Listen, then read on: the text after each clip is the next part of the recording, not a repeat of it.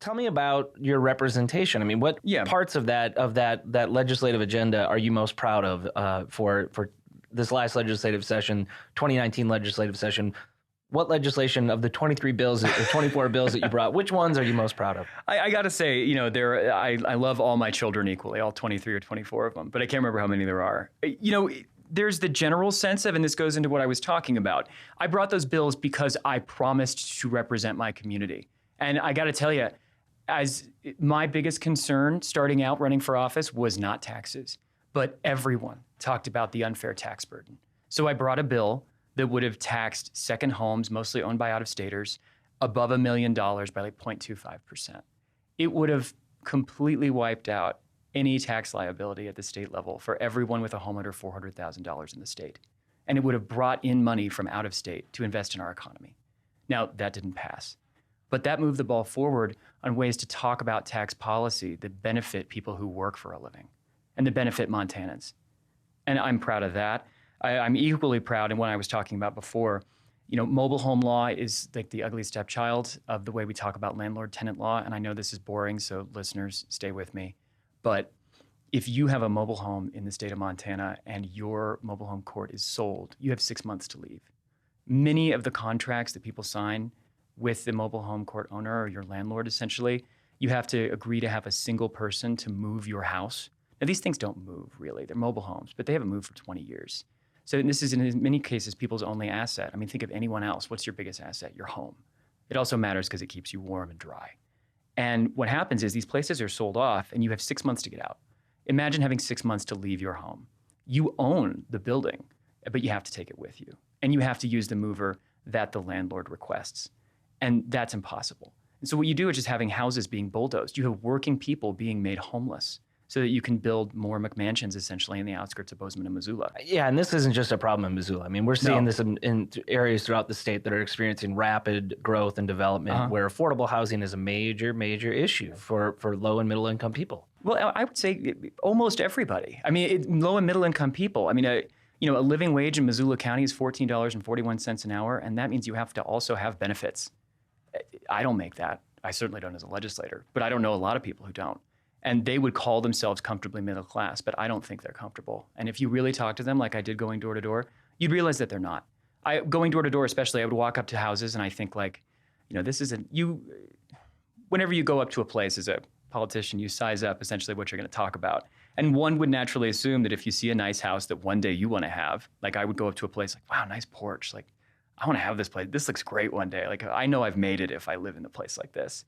And then I talk to, the woman living there, and she'd have 3 kids, and she'd say, my biggest concern is taxes because I don't think I can afford to stay here if my kid breaks his leg.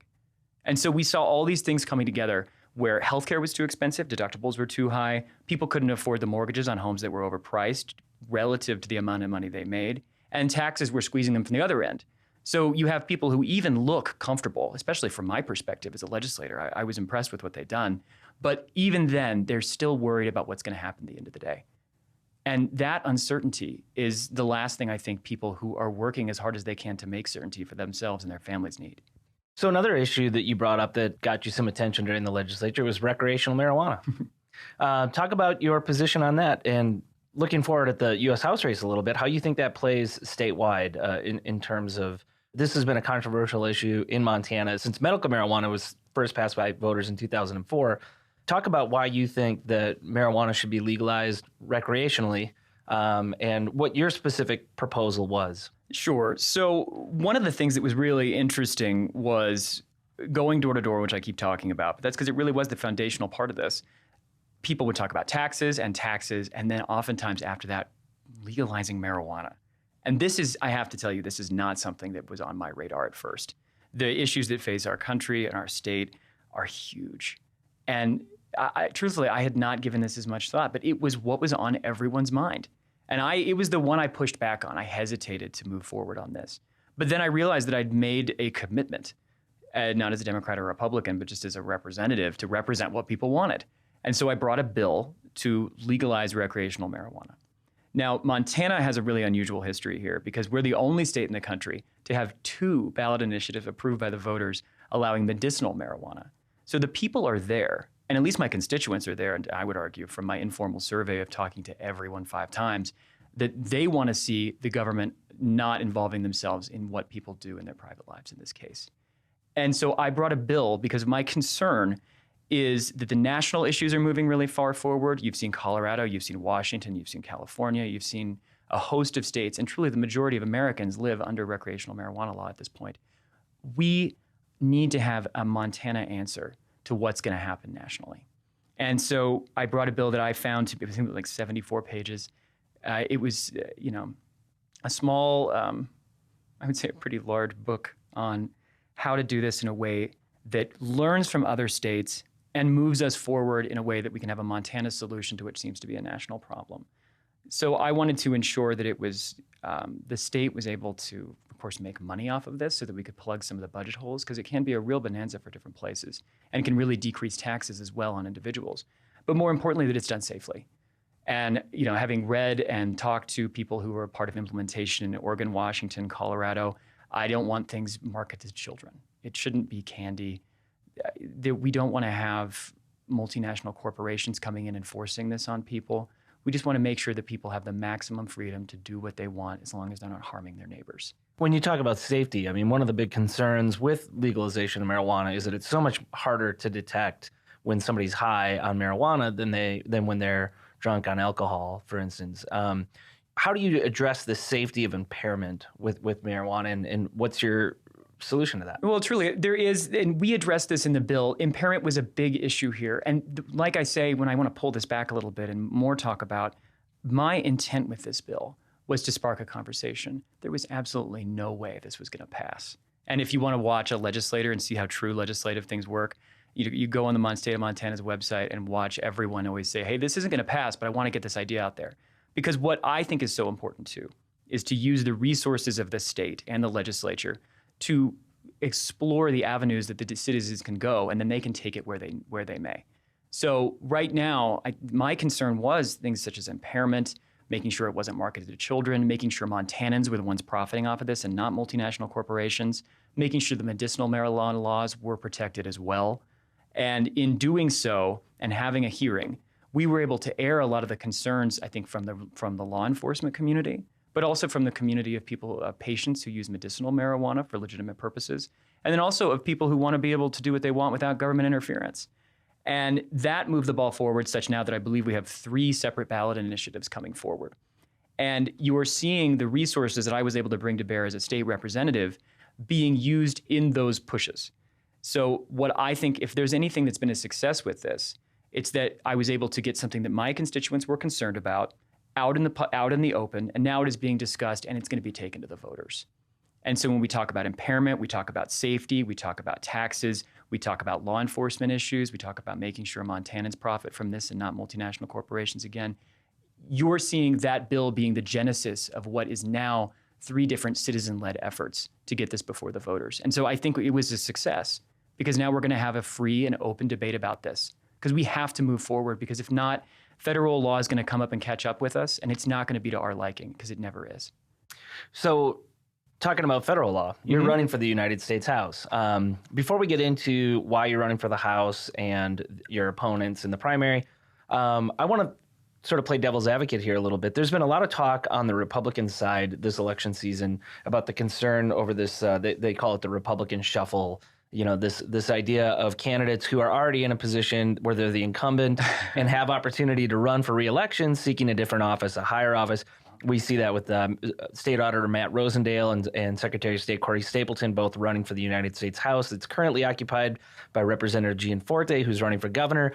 And so there's some concern about within the Republican Party that Republicans might be leaving some seats open for flipping. Now, you in 2018 flipped a legislative seat that had been a Republican seat. As Democrats seek to regain control of the legislature, might the same argument be made that Representative Winter should stay in the legislature where he can maybe run as an incumbent and hold that seat for Democrats rather than seek this higher office that Representative Kathleen Williams had already been the nominee last time around, and she came closer than any other Democrat to winning that seat in the last 20 years or so. So Let me just throw this at you. Have you heard that argument that you should stay in your seat in the House and win re-election there as an incumbent rather than seeking this higher office after one term? I mean, I've certainly heard that from people who think I might win this election. But otherwise, not really. I think the concern here that you are voicing, I completely understand, but I think it does come from probably a misplaced understanding of where my allegiances lie. It's to voters. It's not to the Democratic Party or the Republican Party or people who are telling me what to do who aren't elected, truthfully. And I'm not hinting at anything behind the scenes. I'm just saying, these questions of musical chairs that happen in Helena, I don't think anyone in Miles City or Eureka or Missoula cares. They care about getting good representation.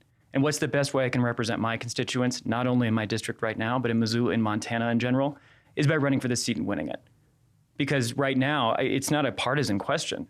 It's that we've had the wrong people representing us who don't represent our values in Washington. It's been an embarrassment.